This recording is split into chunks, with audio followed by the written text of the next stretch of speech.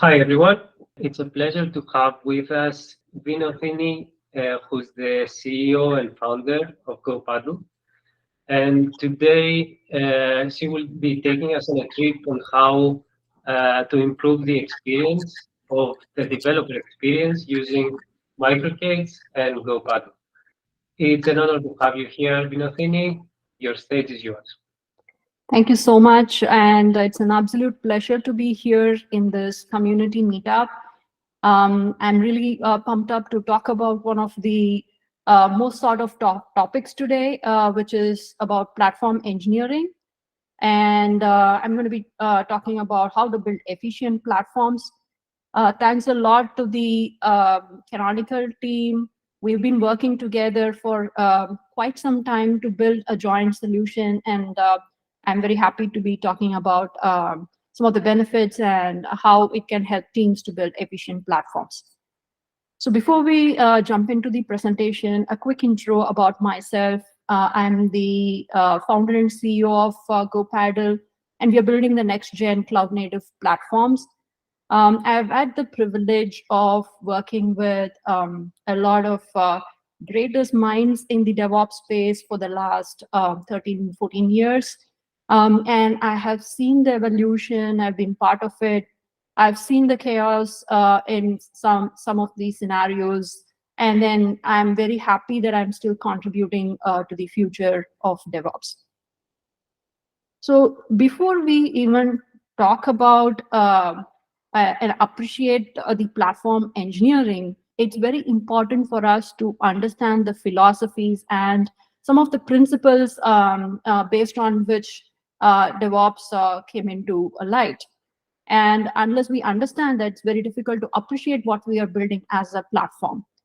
It's important for us to carry forward some of those purposes and greatly add value by building such platforms. So I'm going to be talking about spending some time around the evolution of DevOps and what challenges it brought in and why we are actually looking at platform engineering practice and what challenges do we face when we start building these platforms, and what is gopaddle and what is the joint solution that we are building with MicorK8s, and how it could help the teams to build efficient platforms.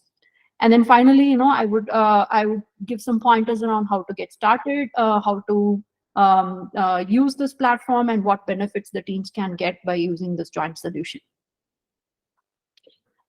So let's start with this evolution. Though there are so many milestones and turning points in this technology industry, there are a few key milestones that greatly influenced the landscape or where we are today.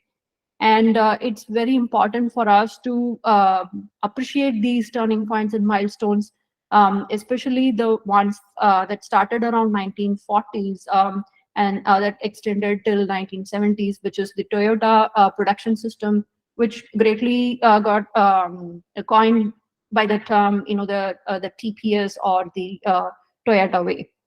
And that led to the just-in-time production systems. And this is all about lean manufacturing, lean systems, where these philosophies were applied and the practices were applied in the manufacturing industry, which is to eliminate the waste and have consistent processes of the production systems. So then came the Agile Manifesto, which greatly focused on improving the software development process, right? Which is based on the Agile Manifesto. And in 2002 is when Amazon gave a lot of freedom to developers to build their apps and quickly run them on cloud. Though cloud was there even before that, AWS made it possible for developers to build and deploy systems on their own. In 2004 came the microservice architecture. It was an architectural transformation originated from ThoughtWorks and coined by this terminology itself coined by Fred George, where he talked about loosely coupled architecture and how these architectures can communicate with each other through lightweight protocols. So this is a this is the next phase of, you can say, the service-oriented architectures that help developers to start looking at, having more composite architectures and how they could compose larger systems by building smaller, fine-grained services. And in 2006, Werner Vogel talked about you build it, you run it, which gave a lot of responsibility and ownership to the developers to build and deploy their systems and maintain them. And that greatly improved the response times and the quality of the deliverables. In 2009 is when the DevOps terminology was introduced by Patrick Du Bois when he started the DevOps Days conference. So it's largely about how to reduce the friction between the development and the operations teams, and how to quickly deliver value and through automation and improving the feedback loop between these teams. So you can also say it's somehow, it has taken some of these philosophies around just-in-time through CI/CD automation, continuous feedback loop through, plan, do, act, check philosophies. And it can work with any of the software development processes like Agile or even Kanban or anything like that. Now, it's tried to bring in a lot of these tooling around, how to automate your infrastructure, be it, AWS, or how to have a lean system by, by having just-in-time software delivery. Even though SRE was in practice by Google even before DevOps came into picture, however, it is still considered to be an offshoot of DevOps itself, and that SRE is mostly around having a service level objective to have highly available and reliable systems.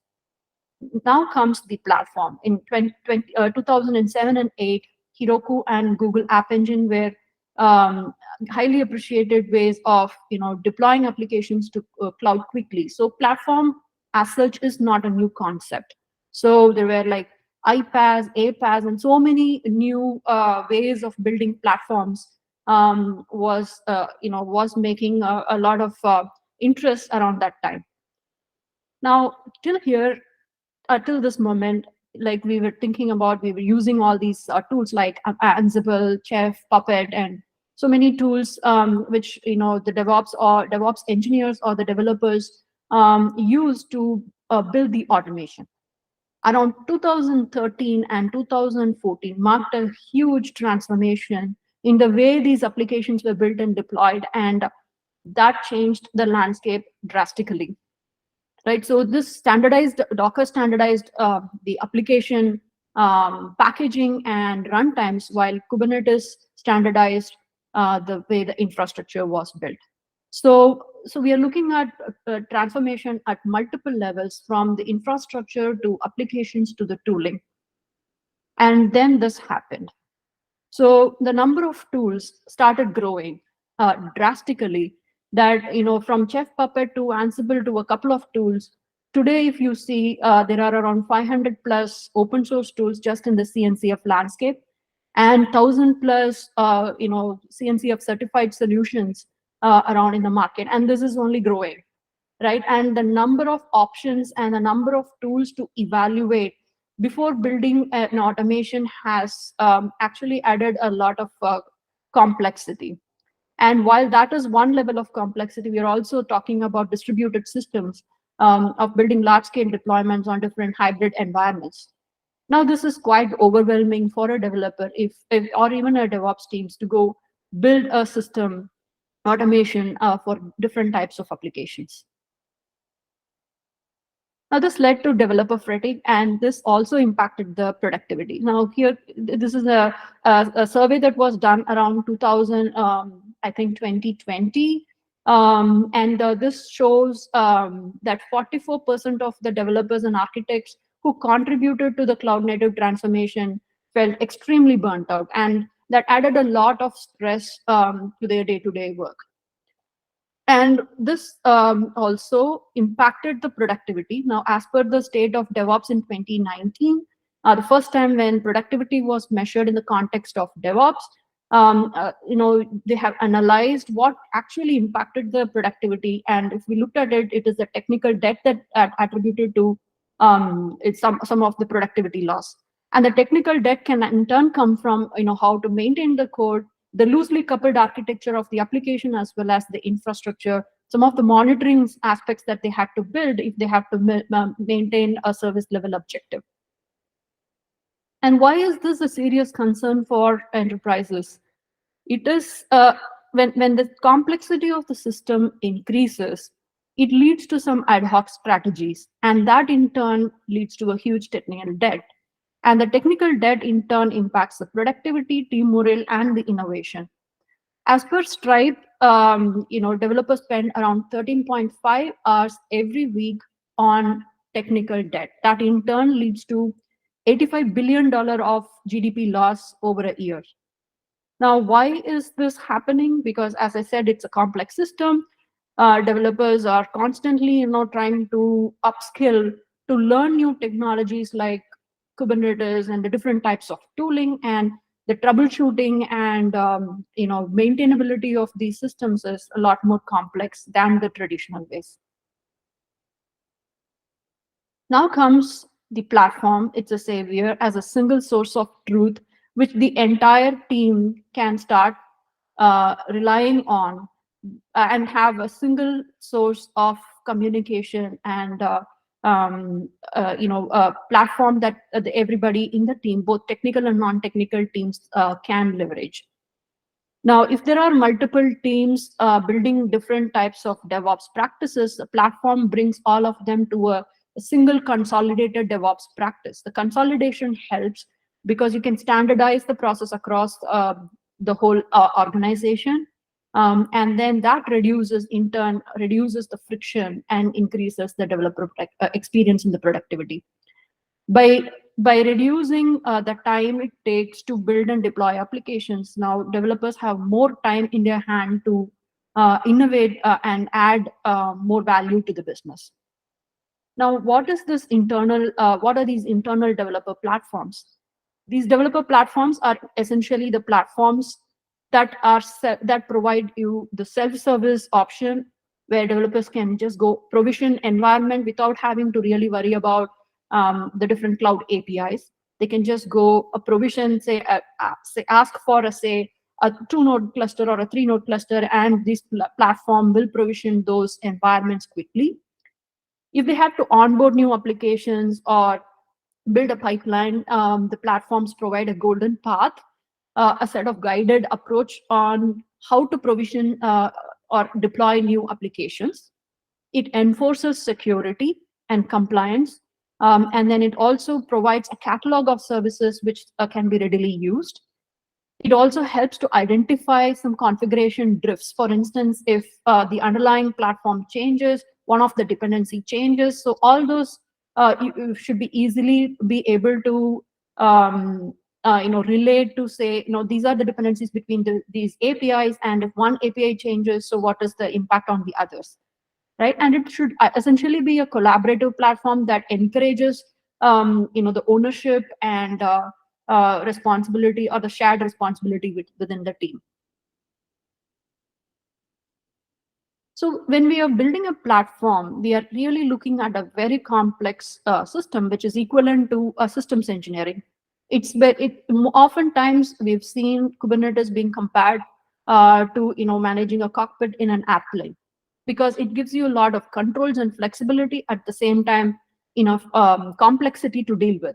Now, we are not just dealing with Kubernetes, we are talking about different hybrid environments, infrastructures, different clouds, and multiple types of applications, multiple tooling. So even in a small scale automation environment, we have around 30 plus third-party tools that we have to integrate with. Now, putting all of this together, now we are doing a consolidation. We have to have a systems engineering practice. When we talk about systems engineering, it is all the entities that, if you see in the Wikipedia, these are the different entities that we have to consider, say reliability, repeatability, scalability, stability, so many others, right? So some of these are very essential for building a system that can be a self-service and scalable and extendable. So that requires a deeper understanding of different complex DevOps tools and the systems. And then it also has to be flexible enough to support a wide variety of applications and a wide variety of processes within the organization. And this emphasizes how important it is to have the composable architecture or a systems in thinking in building such a platform. And this platform has to keep up to date on the different tools and the ecosystem changes. And when the ecosystem is growing rapidly, the platform should be capable of adding and extending and keeping all these tools upgraded and maintain those dependencies. And while this is happening, it is also important for these platforms to be consumed by different teams within the organization. The adoption has always been one of the biggest challenges, and if it is not adopted widely and in a concise and across the organization, then it can actually lead to shadow ops. So it's very important that as these platforms are built, they have to be there has to be an adoption within the organization. And this requires a dedicated investment because it cannot be like ad hoc. It requires a dedicated investment. It requires proper planning and investment as a team to seek out the feedback from the team, see what is there happening in the ecosystem, have a product planning around how these platforms have to be built. And this also in turn requires a multidisciplinary team which has a polyglot programming experience, right? We are talking about 10x engineers, and now we need 10 times those 10x engineers who can go and build a system that can integrate with different types of APIs, different types of systems together. Now, this is where we found a huge challenge, and we wanted to help out teams to get started with something that they can actually start building upon, right? We wanted to build a platform that gives most of the out-of-the-box capabilities while building such platforms. So that brings all the developers, the support or the SRE engineers and the IT teams together by a low-code DevSecOps platform. It's for both developers and operators. So developers can quickly onboard and automate their release through CI/CD automation. Support teams can set up, the monitoring and alerting systems quickly, and IT teams can provision multi-cloud environments and set some, policies around how these environments can be provisioned and can be used by different teams. The bonus that comes with this is it is a low-code platform. When I say low-code, it is not no-code. It is a low-code which can be customized and can be extended. So it gives a starting point where teams can go quickly onboard their applications and later customize those applications. It gives visual models instead of code. So even though it is possible to go modify those YAML files in the Docker files that got created on the way, as a platform, you get to see a visual representation of all these components within the system. And we have what is called as a design studio, where you can drag drop components and build more complex applications through the platform. And it's easy to customize. And this is another aspect which I would be talking about in the last few slides, that whatever applications that are built through the platform, it's automated and it is context aware. And that's the key, because with all the AI and all the new changes that are coming up, this is very important to understand that it is a context aware automation. And you can look at it like an IDE for DevOps, where you have DevOps tools and the out-of-the-box experience, and you can bring in new tools, you can leverage whatever is already there in the platform. Now, why low-code is important? Low-code is making the developers and the cloud-native applications 10 times faster. And if you see, coding is not the main event anymore. This was said by the CEO of GitHub a couple of years ago, and this is making a lot of sense now. Coding is not the main event anymore. and building software is the main event. And we are seeing that now because AI is revolutionizing the space. However, AI and low code, in a way, they go hand in hand, and one doesn't replace the other, and we'll talk about it in a while. Now, here is the joint solution. So MicorK8s, as we know, it provides the automation on the infrastructure. It gives a more reliable environment to deploy applications. And one thing which I really liked about MicorK8s is that it has this concept of add-ons and community add-ons and the pre-built add-ons. It's very simple to just enable an add-on and get those capability in just a few seconds. Right, and building a MicorK8s itself takes only a few minutes, and having a multi-node cluster takes just another couple of minutes. Right, so if you actually see if a new joinee or a fresher, somebody who has a little bit of a systems experience, has to build a large-scale production system in an air-gapped environment with multi-node cluster, high availability monitoring, and everything. I've seen some of the examples in Reddit. So I have given a pointer in the slide here. It has taken about 2 to 3 months to build such a deployment of a production-ready Kubernetes environment. But with MicorK8s, it's just a couple of hours to days to just build this whole air-gapped environment. And that is the value addition, right? Now, when we have such a lightweight environment, now to build a platform on top of it is really simple with gopaddle. So gopaddle is available as an add-on. We have a community edition called gopaddle Lite, which is a lifetime free edition. And it's just a matter of just enabling that add-on in MicorK8s, and you can have the entire setup ready in just a few minutes.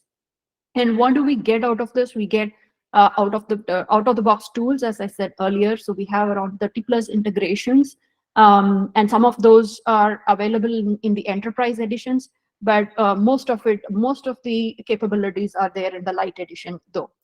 Right, and this increases the productivity through shared ownership and visibility because everything can be visualized, and you can have large teams sharing all these resources and contributing through the platform.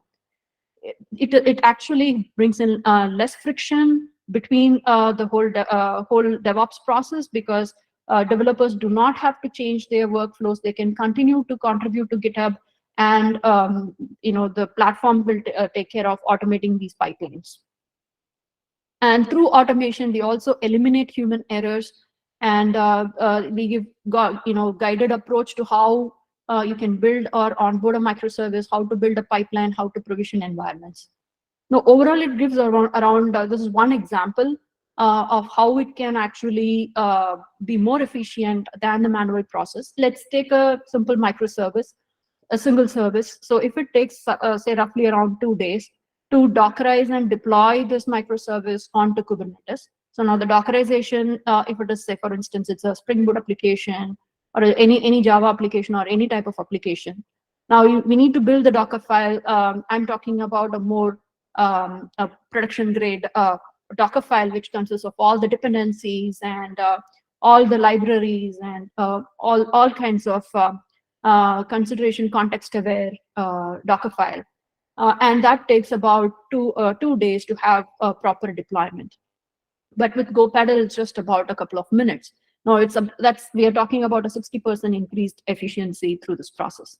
Now, if we have to build an entire platform around that, the amount of time it takes depends upon the size of the organization, the number of applications, and the different types of environments.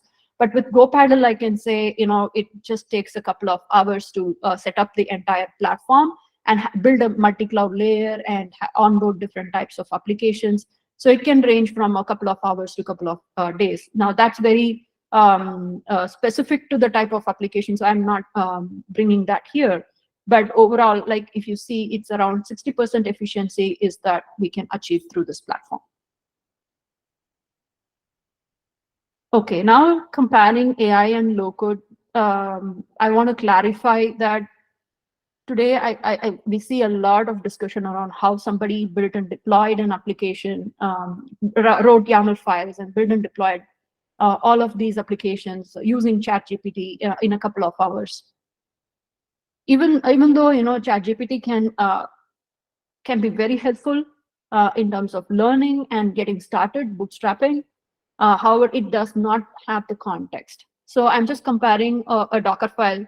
I say, ask ChatGPT to generate a multi-stage Docker file for a Spring Boot application. This is what we get, right? So it has absolutely no context about the type of application that I have. I can only say, it's from a Spring Boot application. Whereas, with gopaddle, you get a completely, context-aware scaffolding. It analyzes your project. It gives a complete landscape of the environments, the libraries, the symbolic links, the volumes, and creating a non-root user to everything that you get in a couple of minutes. Now, this is a production-ready Docker file that you could take and build and do a multi-stage Docker Docker image building process, which just takes a couple of minutes to get started. Now, this is the comparison. Now, this is on the Dockerization part as such. Now, coming to the platform itself, the question is, how is it different from having a Kubernetes dashboard itself, and why do I need a platform like gopaddle? Kubernetes dashboard is definitely a great place to start, but when we have to, start managing more complex environments, more distributed, a fleet of Kubernetes environments, Kubernetes dashboard only gives you the flexibility to manage that specific Kubernetes cluster. Now, when you have multi-cluster, environments and multiple applications, we need a platform that can give that governance for you. So that's one of the first few steps that led to the evolution of gopaddle as such. So let's take a look at what is gopaddle and how it works with MicorK8s. So this is a gopaddle Lite edition I have installed on MicorK8s, and I'll show you in a minute how to install this. But this is how this is where you land as soon as you log in, and as soon as you log in for the first time, gopaddle discovers all the resources within the cluster. It registers MicorK8s itself as one of the local clusters. And you can see gopaddle is installed as an add-on on MicorK8s, and it is running on MicorK8s. And it has discovered the local cluster here. You can see the volumes that are available and the number of applications that are already existing on this cluster. So these are some of the applications. So these applications are nothing but namespaces. You see the default namespace, gopaddle Lite and gopaddle service namespace, and the kube system namespace. And this local cluster is nothing but the MicorK8s cluster. And you get to see the different types of activities or the events that has happened within the system. It has discovered a few resources, and you'll also get to see the cluster or application events, kube system events as well. You get to see the application events, cluster events, and these are some of the DevOps dashboards, where right now, since it is a fresh new system, you don't see anything. But once you start building your applications and running some vulnerability checks, you'll get to see different metrics around this. Now, I just took this as an example because I just installed this a couple of minutes ago. So you don't see anything in the dashboard, but once you start using it, you will see a whole lot of metrics around this. The marketplace is another great place to start, where you will see different pre-built templates that can be readily subscribed and used. These are Helm charts. Now, the question you may ask is why I should use a platform like this when you can install it directly through Helm chart. The answer to this is that when you go to the Design Studio, you will see that you can visualize a lot of these resources. For instance, I can take, say, for instance, this is a MongoDB config map. And you get to see the config maps in a much more user-friendly way. Similarly, you can see different containers. These are like you can design these resources using Design Studio. And say, for instance, this container has the health check and different config files. and you get to see different configs in a much more visual way. Similarly, for deployments, for instance, let's take stateful set. Let's take MongoDB, for instance. So you get to see the different resources within this. Okay, just a second.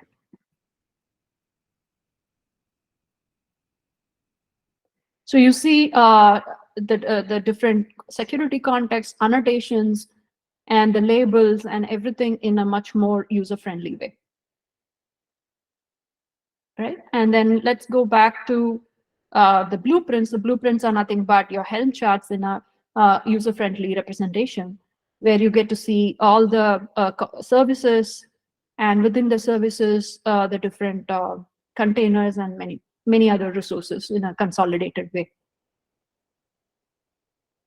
Going back to the releases, you can manage multiple releases, you can onboard multiple repositories, and you can also see different Docker builds.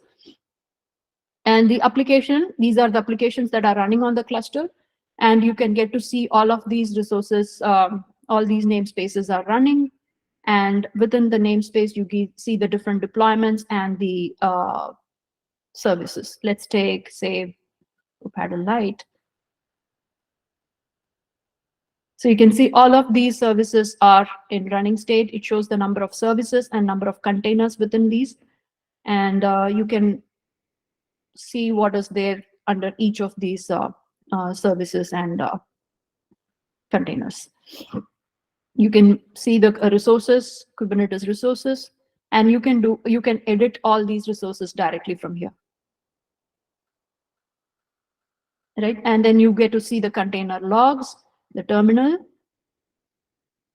You can see the container logs and the previous log. So it really makes the whole developer experience lightweight and easy. And nowhere in this process, developers have to learn about Docker or Kubernetes. So in fact, one thing which I have to mention is they also have these quick start wizards to quickly onboard their GitHub projects and Dockerize and deploy those projects onto MicorK8s in just a few steps, right? Even they can create these pipelines. This wizard actually creates the pipeline code for, say, Jenkins, Azure DevOps, or GitHub Actions in just a few minutes.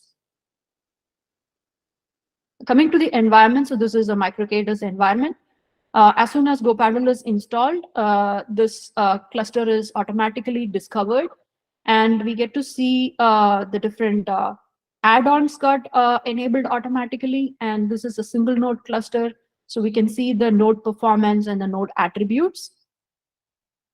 We can also see the Docker images that are installed on this particular node, and we also see the node logs, right? So we can also have other, so once we have some builds and applications, you can also see these configurations here. But overall, if you want to provision new environments and have a multi-cloud or a multi-cluster management dashboard, so you can onboard more clusters. With Lite, you get a single node, single cluster management for free. So this is a Lite setup, but you can actually upgrade this to enterprise and have a multi-cloud management enabled. So these are different types of controls that you can have. So you can onboard different clouds. You can have different Docker registries. We support even ACR, ECR, GCR, and Harbor and many other registries as well. With code repositories, you can have GitHub, GitLab, Bitbucket, both on-premise and hosted versions. And the notification channels and alerts let you build the continuous alerting and monitoring, where you can add an alert rule and then have different notification channels like Slack or SNS or PagerDuty or anything like that. Say, for instance, if we have to add an alert for an application, we support different types of events for an application, like all these Kubernetes events with respect to a namespace can be just added instantaneously. With all these fleet of different capabilities, It is just a few steps to get started, and it's absolutely free. And just 2 commands on MicorK8s will get the entire set of capabilities on your local environment in a few minutes. So gopaddle is available as a community add-on, so you can enable a community, and then you can enable gopaddle Lite, and our latest version is 4.2.6, and you can specify the specific version, and it just takes 5 to 10 minutes for us to install this, and you get the entire the light edition on MicorK8 is just about a few minutes. So that's all from my side, and I would like to take any questions if there are from the community. Oh, very nice work. Thank you very much. Guys, questions? Ryan, I see you have raised your hand.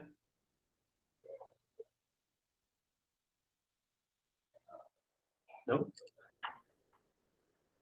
Anyone else? Questions? Francisco? Hi. So, quick question: does this product competes with Cluster API, or does it use or integrates with the Cluster API? Yeah, so we leverage the cluster APIs greatly. We want to be very close to the Kubernetes APIs, and we leverage those. And in some cases, if we have to integrate with the cloud, we use the cloud APIs and the SDKs. For MicorK8s, specifically, it is all the cluster APIs that we leverage. Nice. I actually have a MicorK8s cluster running at home, so I'm gonna give it a try. Absolutely. And I mean, we really appreciate the feedback from the community, and we really want to make this a lot more simpler for the MicorK8s users. So if you have any feedback, if you actually see, we have added a link to the Slack channel.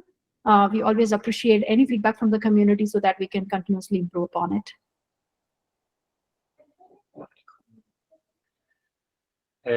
Questions, anyone else? Okay, I have a couple. So, first of all, at some point you mentioned that the idea of low code and AI is that practically you will have the help of the AI to produce products. Okay. However, you also mentioned it in your presentation that when you actually ask a question, probably the AI is missing the context, so the result will not be as great as you would expect or as great as what a human could have produced. Do you think that there's going to be some kind of context-aware interface that these components would have to grow in order to help the AI actually make use of them? Absolutely, that's a great question, because this is a lingering question now, because AI is very exciting, and a lot of developers are making use of AI to, say, write YAML files or generate code. But fortunately or unfortunately, as of today, it's really a great starting point. But whether it is a completely usable artifact in a production system, it is not, because you need a platform that will provide the context. And today, these are two disparate systems. So AI, it has largely derived its wisdom from what is publicly available, but it's not context aware.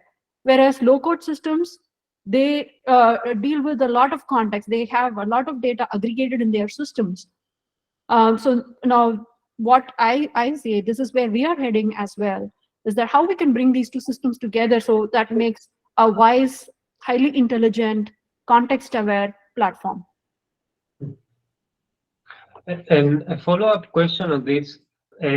So the visual aspect of these tools make total sense for humans, but in order to have tighter integration with automation or AI or whatever other tools you may have, you usually end up squashing everything into a YAML file in order to go through the GitOps, for example, practices.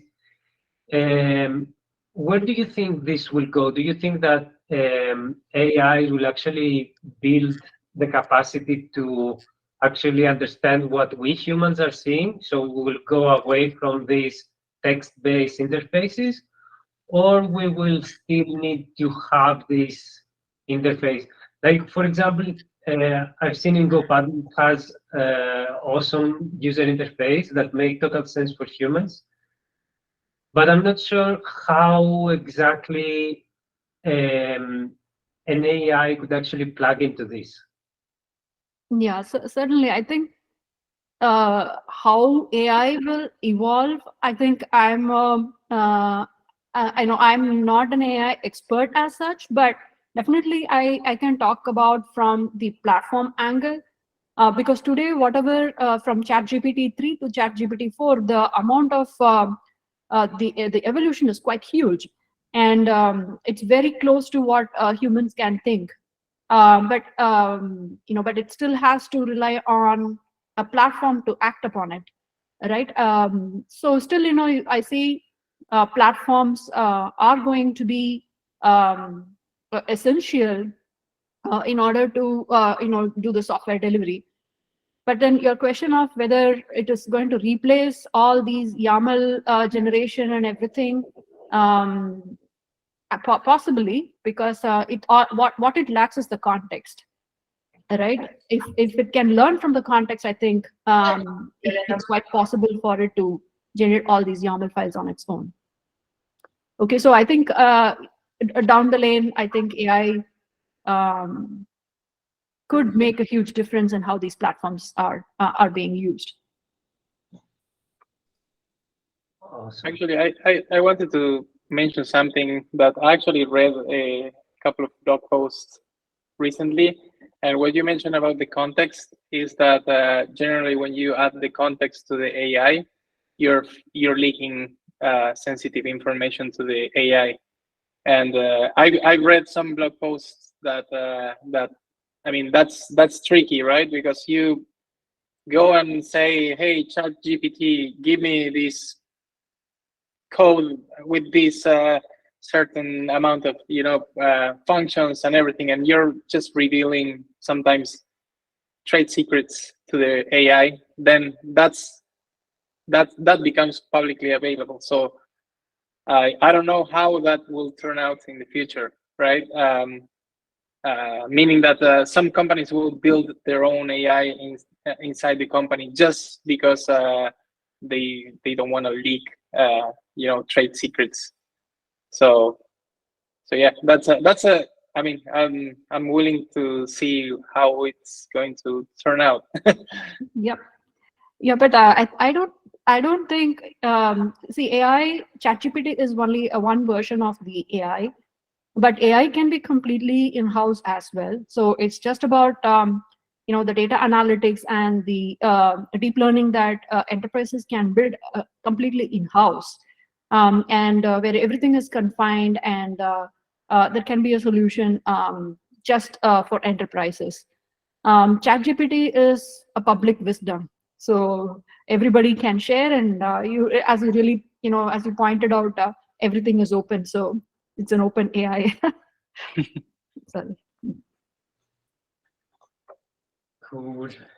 I have another question about gopaddle. So how does the reproducibility of the platform works? Generally, I've been doing everything as code, right? So if I destroy a cluster, I just go run my Terraform and YAMLs and Helm charts, and then I have my cluster back up and running. So how does gopaddle takes care of that? Do you need to kind of back up the gopaddle configs, and then you can get everything back to how it was before. I'm asking because I had to rebuild my cluster like, I don't know, 30 times. So that will be a good feature or feedback if you want. Absolutely. I think that's a great feedback. So within a cluster, we are ourselves a cloud native deployment. We make use of persistent storage. So if you just tear it down, gopaddle and bring it up again, it'll the databases and other stateful sets get automatically linked to your persistent volumes. However, if you're moving from one cluster to another, you still have to do some data migration. And today we do not have a ready-built tool that will do this migration, but I think your feedback is really helpful, and we'll have to start exploring that. So if I wanted, so it's pretty much persistent volumes, right? Where it's stored. So I will have to back up those persistent volumes with something like Velero or something like that, right? Yes, that's true. Yeah. Today, that is the option that we have to follow. Yeah. Okay, cool. Cool. Anyone else? Okay, so I'm going to stop the recording now, and we will have time for off-the-record questions. Okay? Sure. Yeah.